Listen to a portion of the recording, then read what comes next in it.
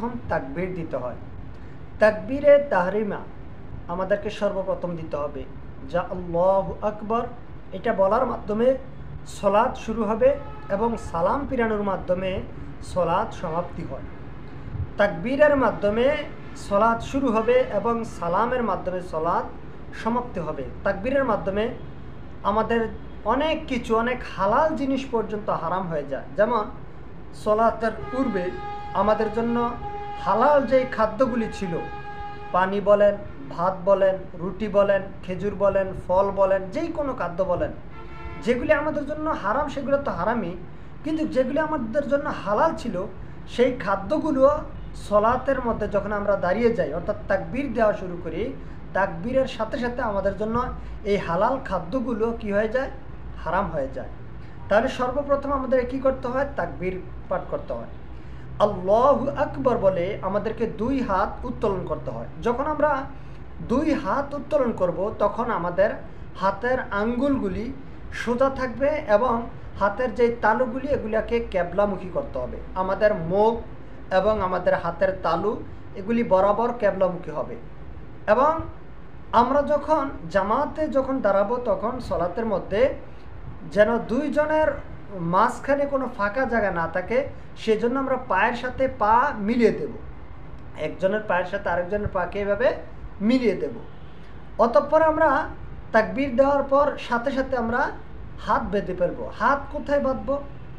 হাত কোথায় বাঁধবো এটা নিয়ে আমাদের মধ্যে যদিও মতানৈক্য রয়েছে। মতানৈক্য বলতে সহিহ বুখারীর যে হাদিস রয়েছে সেটা হচ্ছে, আপনি যদি সহিহ বুখারীর হাদিস অনুযায়ী যদি আমল করেন তাহলে আপনি হাতের সাথে হাত বেঁধে ফেলবেন। মানে এক হাতের উপরে যখন আরেক হাত বাঁধবেন তখন স্বাভাবিক করতে আপনার হাত বুকের উপরে চলে যায় বা নাভির উপরে আপনার হাত চলে যাবে, এটাই স্বাভাবিক। সুতরাং অন্তত এতটুকু আপনি যখন হাত বাঁধবেন, হাত বাঁধার পর এই হাত যেখানে যায় সেখানেই আপনি হাত বাঁধা অবস্থায় আপনি সালাত আদায় করতে পারবেন। এটা গেলে একটা। দ্বিতীয়ত, আপনি সলাতে দাঁড়ানোর পর আপনি সর্বপ্রথম সানা পাঠ করবেন। আমাদের দেশে বা আমাদের সমাজে সানা বলতে আমরা যেটা বুঝি, অর্থাৎ যেটা সুবহানাকা আল্লাহুম্মা বিহামদিকা আশহাদু আল্লা ইলাহা ইল্লা আনতা সুবহানাকা আল্লাহুম্মা ওয়া বিহামদিকা ওয়া তাবারাকা ইসমুকা ওয়া তাআলা জাদ্দুকা ওয়াজাল্লা সানাউকা ওয়া লা ইলাহা গায়রু। এই যে সানা আমরা শুধু এটাই জানি, কিন্তু আসলে শুধু যে এটা বিষয়টা তা নয়। সানা মানেই হচ্ছে আল্লাহর পবিত্রতা ঘোষণা করা। সুতরাং আল্লাহর গুণ ও কীর্তন বর্ণনা করা সানা মানেই হচ্ছে এটা। সুতরাং এই জাতীয় যত দোয়া রয়েছে হাদিসের মধ্যে, রাসূল সাল্লাল্লাহু আলাইহি সাল্লামের শেখানো এই সমস্ত যত সানা রয়েছে, মানে যত গুণকীর্তন, যত বর্ণনা রয়েছে যেগুলি রাসূলুল্লাহ সাল্লাল্লাহু আলাইহি সাল্লাম সালাতে দাঁড়িয়ে পড়তেন, এগুলি আপনি পড়তে পারবেন, কোনো সমস্যা নেই। আমরা মনে করছি যে শুধুমাত্র এটা পড়তে হবে, না। রাসূলুল্লাহ সাল্লাল্লাহু আলাইহি সাল্লাম অনেক সময় অনেকগুলি দোয়া পড়তেন। যেমন আল্লাহুম্মা বাঈদ বাইনি ওয়া বাইনা খাতায়ায়া কামা বাআদতা বাইনাল মাশরিকি ওয়াল মাগরিব, কখনো এটা পড়তেন, কখনো এটা পড়তেন। আবার কখনো এই যে ইন্নাস সলাতি ওয়া নুসুকি ওয়া মাহইয়ায়া ওয়া মামাতি লিল্লাহি রাব্বিল আলামিন, তারপরে ওয়াজ্জাহতু ওয়াজহিয়া লিল্লাযী ফাতারাস সামাওয়াতি ওয়াল আরদা হানিফা ওয়া মা আনা মিনাল মুশরিকিন। এগুলি, এই যে দোয়াগুলি রয়েছে এগুলি এক একটা একটার সাথে মিলিয়ে তিনি এই দোয়াগুলি পাঠ করতেন। এগুলি আপনারা হাদিস থেকে শিখে নেবেন এবং এগুলো পাঠ করবেন। আর যদি না পারেন তাহলে যেটা আমাদের জানা আছে, অর্থাৎ প্রচলিত, সেটাই পড়বেন, কোনো সমস্যা নেই ইনশাআল্লাহ। এরপরে দ্বিতীয় পয়েন্ট হচ্ছে যে আপনি এরপরে সূরা ফাতিহা পাঠ করবেন। প্রথমে আউযুবিল্লাহ, তারপরে বিসমিল্লাহ, এই দুটোটা মানে মিলিয়ে প্রথমে আউযুবিল্লাহ পড়বেন, তারপরে বিসমিল্লাহ পড়বেন, তারপরে আপনি সূরা ফাতিহা পড়বেন। সহিহ মুসলিমের একটা হাদিস রয়েছে, সূরা ফাতিহা পড়বেন। এই ক্ষেত্রে আপনি এই সহিহ মুসলিমের এই হাদিসটাকে লক্ষ্য করবেন। রাসূলুল্লাহ সাল্লাল্লাহু আলাইহি সাল্লাম বলেছেন যে বান্দা যখন সলাতে দাঁড়ায় তখন সে আল্লাহর সাথে কথা বলে। বান্দা যখন সলাতে দাঁড়ায় তখন সে আল্লাহর সাথে কথা বলে। সুতরাং এই ক্ষেত্রে আমাদের করণীয় কি? সলাতের মধ্যে বিশেষ করে সূরা ফাতিহা পাঠ করতে গেলে আল্লাহ নবী সাল্লাল্লাহু আলাইহি সাল্লাম বলছেন, সূরা ফাতিহা পাঠ করার সময় তোমরা প্রত্যেকেই পাঠ করবে। আমাদের মধ্যে অনেকে আমরা মনে করি যে শুধুমাত্র ইমাম পাঠ করবে, মুসল্লিরা চুপ থাকবে, বিষয়টা তা নয়।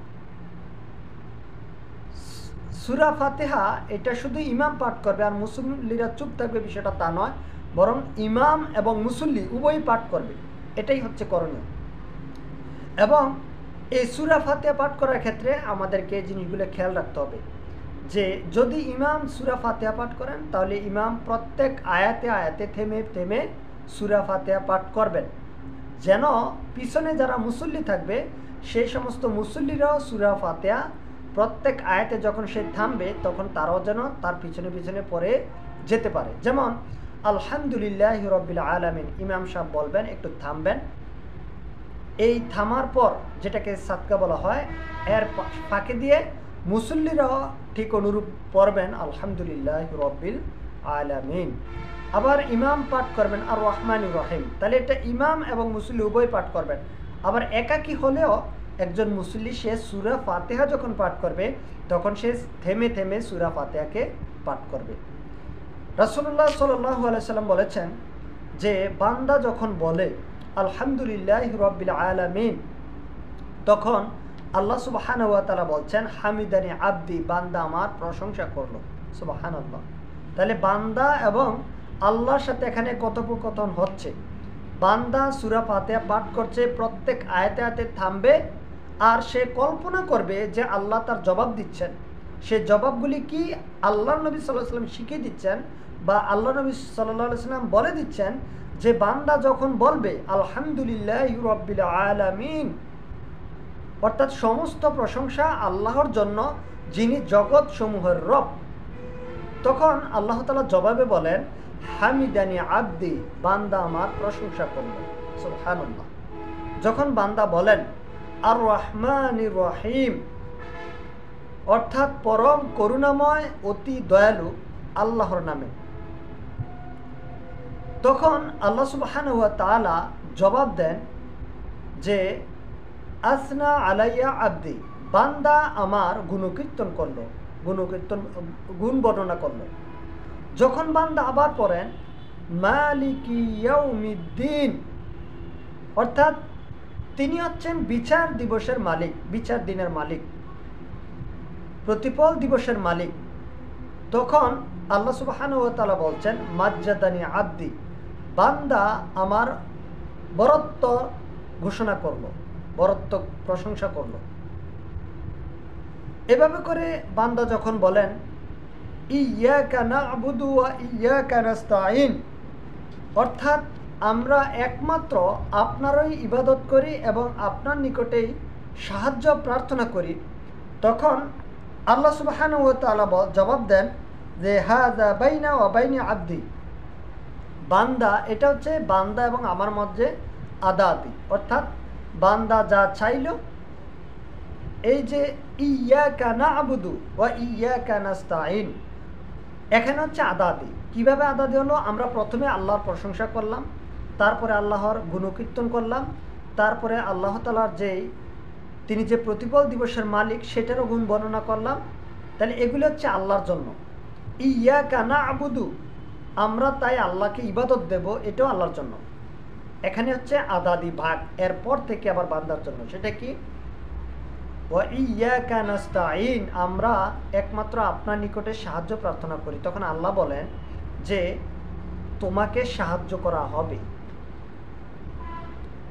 ইহদিনা সিরাতাল মুস্তাকিম সিরাতাল্লাযীনা আন'আমতা আলাইহিম গায়রিল মাগদুবি আলাইহিম ওয়ালাদ-দাল্লিন, যখন আমরা বলি যে আমরা একমাত্র আপনার নিকটে সাহায্য প্রার্থনা করি এবং আমাদেরকে আপনি সহজ সরল সঠিক পথ প্রদর্শন করুন, তাদের পথ যারা নেয়ামত প্রাপ্ত তাদের নয়, যারা গজব প্রাপ্ত তাদের নয়, যারা পথভ্রষ্ট, তখন আল্লাহ সুবহানাহু ওয়া তাআলা জবাব বলেন হাযা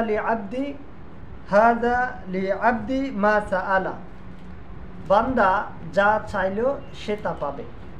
অতএব সূরা ফাতিহা এক্ষেত্রে আমরা বলতে পারি যে আল্লাহ সুবহানাহু ওয়া তাআলা আমাদের প্রত্যেকটি আয়াতের জবাব দেন। এরপরে আমরা সর্বশেষ যখন বলি আমিন, হে আল্লাহ আপনি কবুল করুন, আল্লাহ সুবহানাহু ওয়া তাআলা আমাদের